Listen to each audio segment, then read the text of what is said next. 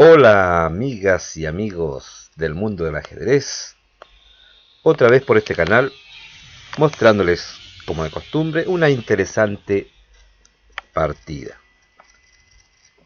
En estos últimos, por así decirlo, capítulos, ¿no?, de tutoriales de ajedrez hemos ido sondeando muchísimo el tema de los ordenadores, de las máquinas, cómo juegan las máquinas, cómo analizan, la precisión que tienen, la impotencia del Homo sapiens, del ser humano como nosotros, de poder eh, enfrentar este tipo de invento que nosotros mismos hemos creado, ¿no? En este caso vamos a jugar contra eh, un ordenador, Fritz 5.32, un módulo de los años 90, no es lo mejor que hay hoy en día en módulos de ajedrez, eso que no les quepa la menor duda. Y contra, lo voy a enfrentar, ¿no? Vamos a jugar contra el famoso Fritz 5.32 para ver partidas más o menos de un estándar correcto, por así decirlo, esperando la mejor respuesta del adversario. Vamos a la partida.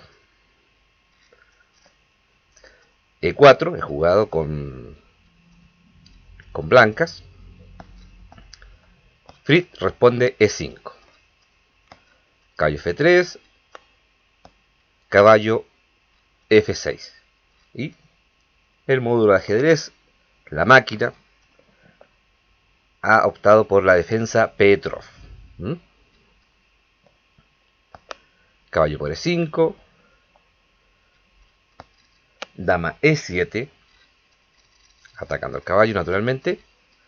Y Capablanca solía, uno como tantos jugadores más, ¿no? Pero Capablanca cuando le atacaban el caballo y que había capturado en E5, retrocedía con su caballo a F3. Caballo F3, caballo por E4. Los clásicos también solían hacer esta jugada. Dama E2. Un poquito criticada a posterior, ¿no?, de los años 40 por ahí, porque decían que era una jugada un poquito que tendía tablas, ¿no? De hecho, la Petrov todavía tiene esa fama que es una defensa muy tablífera, ¿no? Que, que hay mucha tendencia a que se produzcan tablas. Aquí jugamos simplemente, perdón, juega el módulo de ajedrez, juega D5, caballo C3,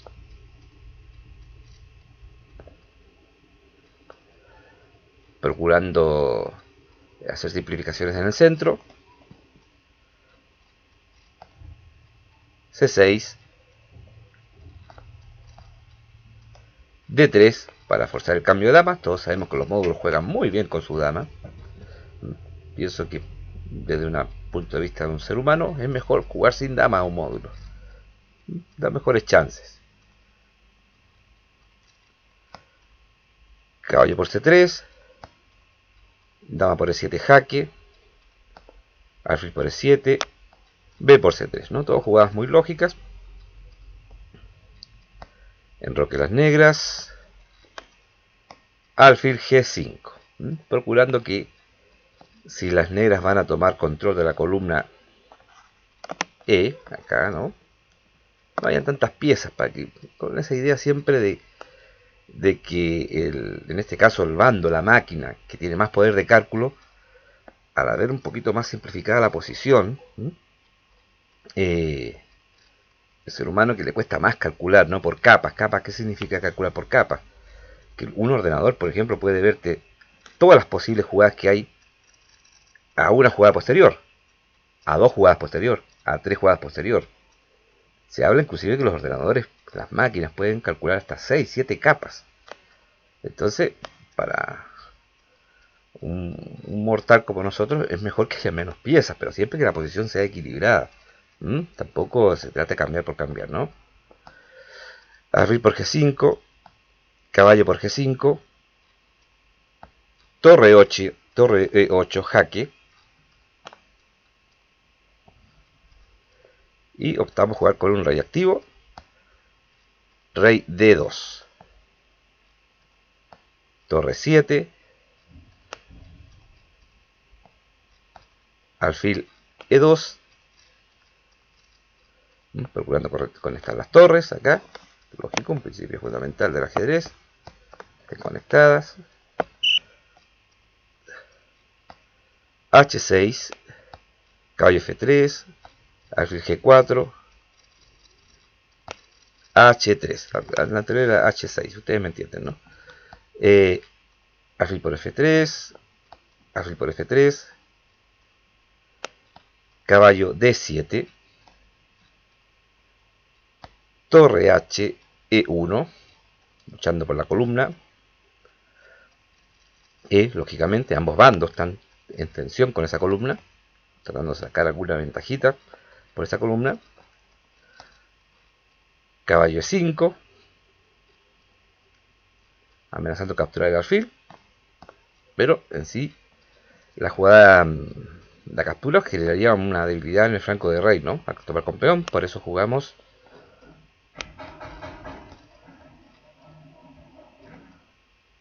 torre 3, caballo por F3, torre por F3, torre a E8. Y pareciera que las negras han sacado ventaja de la columna E, pero no es así. Tenemos todavía esta jugada, torre E3. Y si el cambio se produce en E3, ligamos un peón hacia el centro. Y queda mucha partida todavía. F5 juegan el módulo. Y por último, el principio de la conexión de las torres. Surge efecto, porque torre a E1 y mantenemos la tensión y la lucha por la columna. Torre a E1. Rey F7, seguimos con la misma estrategia desde el principio, de la apertura, ¿no? Simplificar la posición, porque eso le da mayores chances, al menos a mi estilo de juego, por así decirlo. Puedo calcular mejor, con menos piezas en el tablero, teniendo posiciones equilibradas, por supuesto. Así que cambiamos todo nomás. Torre por E7 jaque, torre por E7, torre 7 jaque, rey por E7, F4. F4. Procurando frenar una expansión de los peones negros en el flanco de rey, ¿no? G6, rey E3. Esta fase de la partida se ve muy aburrida, pero lamentablemente es donde más se debe pensar, porque cualquier movimiento precipitado, sin cálculo, puede darte la derrota. Vas a ver a posterior cómo se van dando ciertas situaciones muy críticas dentro de la partida. Rey E6, G4, G4, procurando cambiar algunos peones, pero que la estructura de peones blancos quede saneada. Ya van a ver.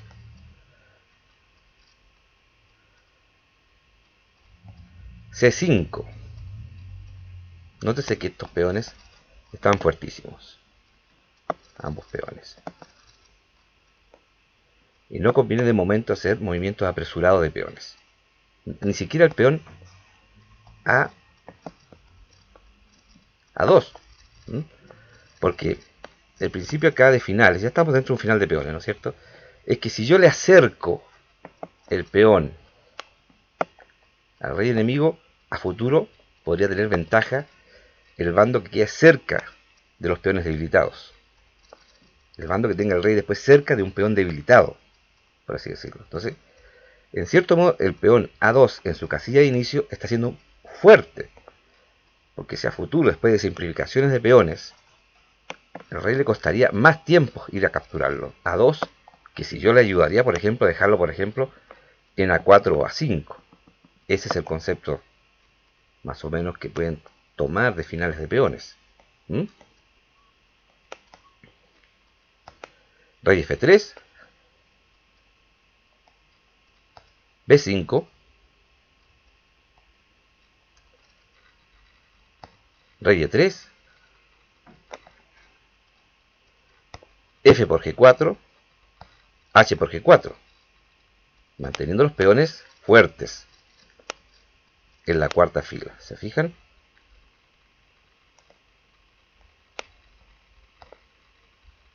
Rey F6, Rey F3. Y por aquí le ofrecí tabla al módulo, pero no me aceptó. Para nada. Le ofrecí varias en retiradas veces tabla. Ganar no puedo. La partida no la puedo ganar. Eso lo tengo claro. H5. Y este fue otro momento crucial dentro de la partida. H5. Como una decisión precipitada te puede dar la derrota, ¿no? El punto es que si adelantamos el peón y hacemos jaque en G5, bueno, el rey se aleja del jaque, se lo neutraliza, qué sé yo, sale de esa posición, de esa casilla, o adelanta a F5 y prácticamente tendría que ganar la partida porque le queda este peón pasado.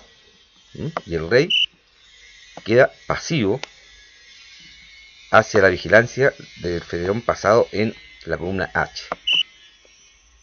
¿Se fijan? Por otro lado, si trabamos, si capturamos acá, G por H5, sería la misma idea. Quedaría un peón pasado acá. Y el rey quedaría esclavizado hacia la banda, hacia la supervisión del peón pasado que queda en la banda H. Entonces, jugando de manera sensata, simplemente jugamos rey G3. H por G4, rey por G4. Y la situación es distinta. Ahora, ¿se fijan? Es muy distinta. Porque ahora, si bien está un poco más activo el rey negro, ¿no? ¿Se fijan? Los peones más ordenados, más amenazantes, por así decirlo. Están al ataque, por así decirlo. Y nosotros acá estamos en una situación de contención, ¿no? Peón que avance es capturado y se va simplificando la posición, ¿no?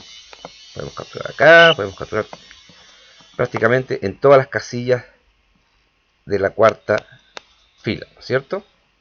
Y este peón acá, ¿no? Estratégicamente en su casilla de inicio, para que el rey quede alejado. Que es el peón más débil, está alejado del peón débil, ¿no? Si estos peones desaparecieran del tablero, el peón B5, el peón C5, el peón D5, es probable que en un final podamos trabar el juego, ¿no? Con estos dos peones que queden trabados, ¿no? Y la lucha pasaría por este flanco acá, ¿no? A5, juega las negras. Y acá, otro momento muy importante dentro de la partida. Me sentía perdido, se lo debo reconocer, decía, ¿cómo trabo esto? Y urdí un plan de ceder un peón, a cambio de que la atención quede en el flanco de rey, y el rey negro no pueda progresar en el final, dado que debería cuidar su peón en el flanco de rey, cuidar su peón que momentáneamente está en G6. Entonces quise ceder un peón, pensé que iba a ser un peón regalado, jugué C4. El plan era muy simple. Si cualquiera de los peones capturaba acá, después de capturar me ganaba el peón, pero tenía dos tiempos para trabar el juego, por así decirlo. Y dejar al rey negro en una situación de que él mueva primero para yo irme a la casilla G5. ¿Se fijan? O cambiar el peón acá con F5.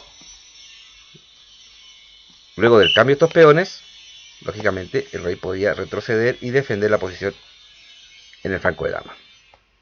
Entonces jugamos C4,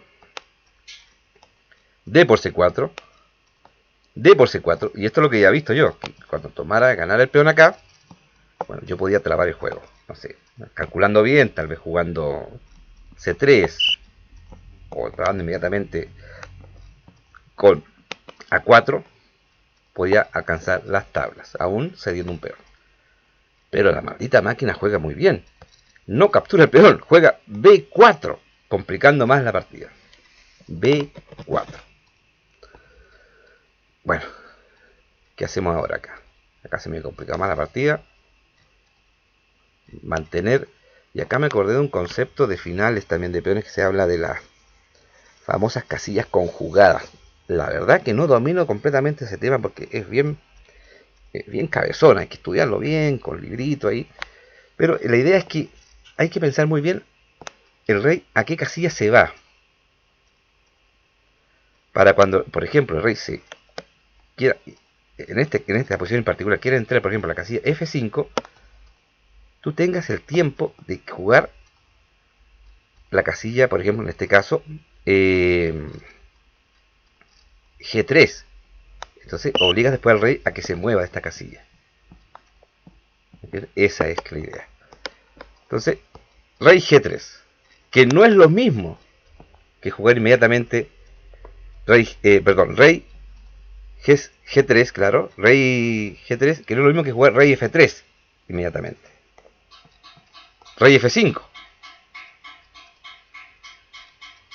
Juega el negro. Y ahora sí, rey F3.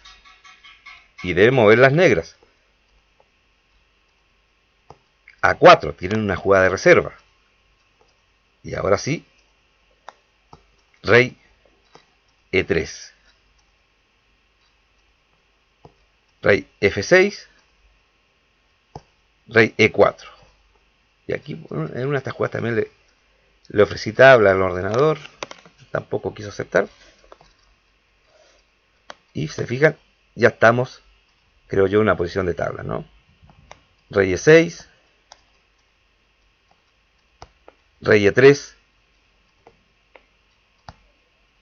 A3. Rey E4. Rey D6. Rey E3. Rey E7. Rey E4. Rey E6. Rey E3. Rey F5. Rey F3. Rey E6. Y la partida fue tablas. Tablas fue la partida, ¿no? Esto fue tablas. Bueno, la partida en sí no es muy entretenida en cuanto a jugadas vistosas, de combinación, ni todo eso. Pero sí muy esperanzadora. Imagínense ustedes que yo no soy un gran maestro. No estoy en la lid del ajedrez.